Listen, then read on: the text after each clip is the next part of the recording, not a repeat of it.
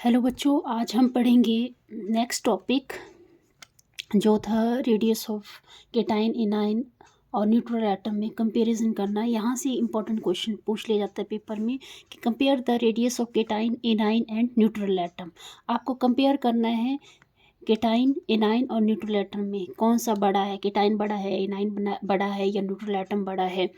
और पिछले वाले वीडियो में मैंने बताया था आपको रेडियस ऑफ केटाइन के बारे में, उसमें भी मैंने सोडियम का एग्जांपल लिया था। और इसमें बताना है out of sodium and sodium plus which has a larger size, किसका लार्जर साइज होगा।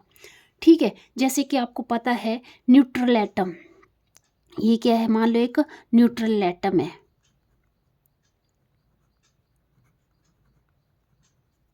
ठीक है, जो कि क्या है, गैसियस स्टेट में है।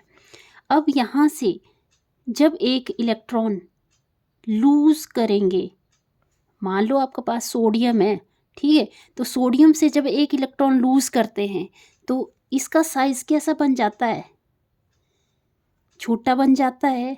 और ये क्या बनता है, और केटाइन बन जाता है। केटाइन का साइज कैसा होता है, छोटा होता है। और इसमें लिख देना आपने इलेक्ट्रॉन्स आर, क्योंकि इलेक्ट्रॉन्स किसमें, इलेक्ट्रॉन इसमें क्या है, स्ट्रॉन्गली क्या कर रहे हैं, अट्रैक्ट कर रहे हैं न्यूक्लियस को। ठीक है, electrons are held more tightly,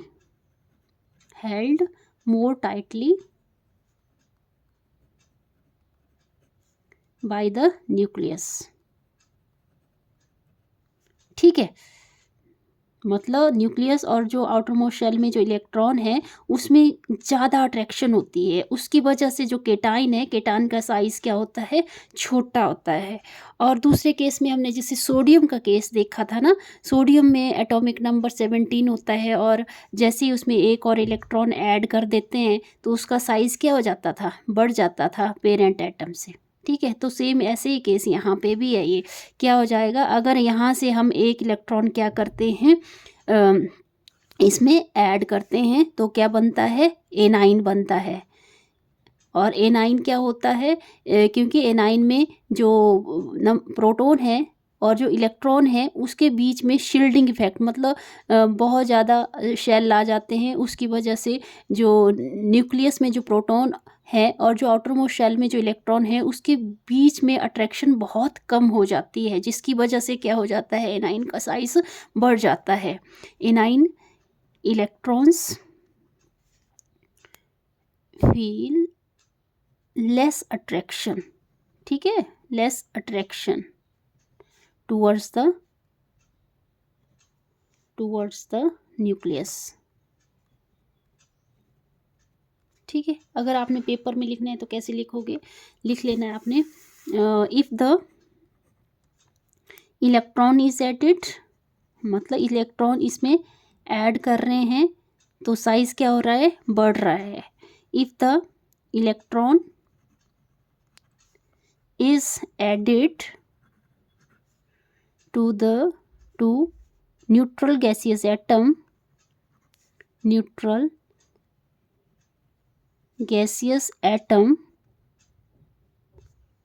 its size increases। ठीक है, जैसे इलेक्ट्रॉन, जैसे ये क्या है, न्यूट्रल एटम है ना, इसमें एक इलेक्ट्रॉन ऐड कर रहे हैं तो इसका साइज क्या हो रहा है, बढ़ रहा है। ठीक है, बढ़ रहा है साइज, तो और क्या हो रहा है, इसमें इलेक्ट्रॉन भी ऐड हो रहे हैं। मतलब पहले जैसे मैंने, चलो मैं क्लोरीन का केस ले लेती हूँ। क्लोरीन में पहले ये न्यूक्लियस है और यहाँ पे 2 इलेक्ट्रॉन और यहाँ पे 8 इलेक्ट्रॉन, 6 7 8, और आउटर मोस्ट शेल में 7 इलेक्ट्रॉन। पर जब इसमें एक इलेक्ट्रॉन ऐड कर दिया तो एक शेल तो वही रहेंगे, बट एक इलेक्ट्रॉन इसमें और बढ़ जाएगा, मतलब नंबर ऑफ एटॉमिक नंबर 17, और यहाँ पे क्या हो गया, न्यूक्लियस, ये 2 इलेक्ट्रॉन्स, ये 8 इलेक्ट्रॉन,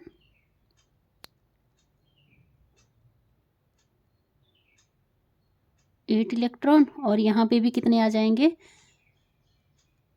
8 इलेक्ट्रॉन। ठीक है, और इसका साइज़ क्या हो गया, थोड़ा सा इंक्रीज़ हो गया। क्यों हुआ, क्योंकि इलेक्ट्रॉन क्या हो गए यहाँ पे, इलेक्ट्रॉन जैसे ही ऐड किया इसमें तो इलेक्ट्रॉन की डेंसिटी इसमें बहुत ज़्यादा हो गई, मतलब इसके कंपैरिजन में इसकी इलेक्ट्रॉन डेंसिटी क्या हो गई, ज़्यादा हो गई। Size increases as the electron is added to the valence shell, electron density increases, electron density increases। और न्यूक्लियर चार्ज तो सेम ही रहा है ना, यहाँ पे न्यूक्लियर चार्ज 17 था तो न्यूक्लियर चार्ज यहाँ पे भी 17 ही रहेगा। Nuclear charge 17, nuclear charge remain same, nuclear charge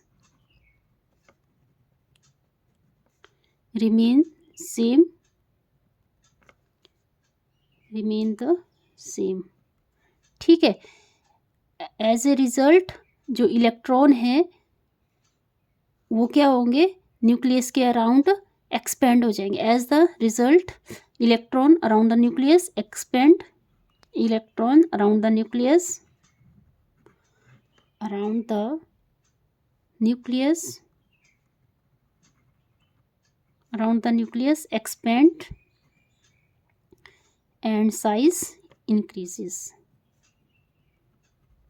और साइज़ क्या हो जाएगा, बढ़ जाएगा। जैसे इलेक्ट्रॉन न्यूट्रल गैसियस एटम में ऐड किए तो इसका साइज़ क्या हो गया था, बढ़ गया था, और बढ़ गया था तो इसमें इलेक्ट्रॉन यहाँ जो इलेक्ट्रॉन की जो डेंसिटी थी वो भी बढ़ गई थी, और इलेक्ट्रॉन जो चार्ज था वो तो सेम था, न्यूक्लियर चार्ज दोनों में सेम था, पर इलेक्ट्रॉन की डेंसिटी बढ़ गई, उसकी वजह से ये इलेक्ट्रॉन क्या हो, इसका साइज़ जो है वो थोड़ा सा एक्सपेंड हो गया, ठीक है।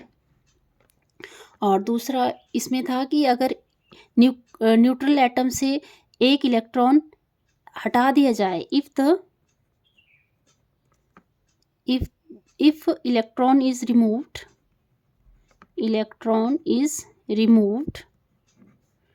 From neutral gaseous atom,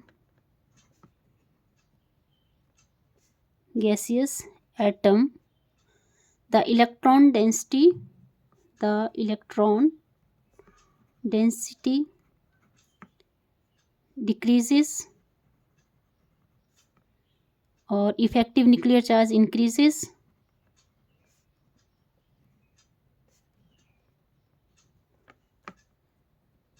effective nuclear charge increases due to this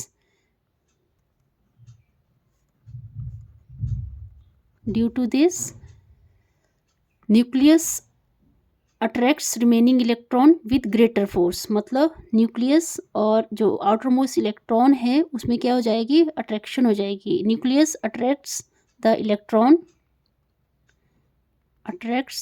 electrons with greater force and size decreases, ठीक है। जैसे हम क्या ले लेते हैं, सोडियम का केस ले लेते हैं। जैसे सोडियम में क्या किया था, सोडियम का एटॉमिक नंबर होता है 11, मतलब ये न्यूक्लियस है, इसमें फर्स्ट शेल में 2 इलेक्ट्रॉन और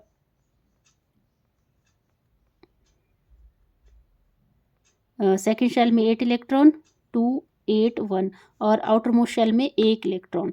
जब इसमें से एक इलेक्ट्रॉन लूज़ होता है तो ये लूज़ हो गया इलेक्ट्रॉन, तो यहाँ पे क्या हो गया, नंबर ऑफ शेल क्या हो गए, कम हो गए ना, एक नंबर ऑफ शेल क्या हो गया, एक नंबर ऑफ शेल क्या हो गया, डिक्रीज़ हो गया, जिसकी वजह से इसका साइज़ भी क्या हो गया, डिक्रीज़ हो गया। और ये न्यूक्लियस और आउटर मोस्ट शेल के बीच का जो अट्रैक्शन है वो ज़्यादा हो गया, और ये साइज़ क्या हो गया, कम हो गया, ठीक है। तो इससे क्या कंक्लूज़न निकलता है, जो किसका साइज़ बड़ा होगा, तो हमने देखा कि सबसे बड़ा साइज़ A9 का होगा, ठीक है। फिर उससे कम साइज़ न्यूट्रल एटम का होगा, और सबसे कम साइज़ केटाइन का होगा। ठीक है, तो हमने ये कंक्लूड किया है इस वाले क्वेश्चन से। ठीक है, और इससे रिलेटेड एक प्रॉब्लम ये भी है, कई बार मैक्सिमम टाइम क्वेश्चन पूछ लिया जाता है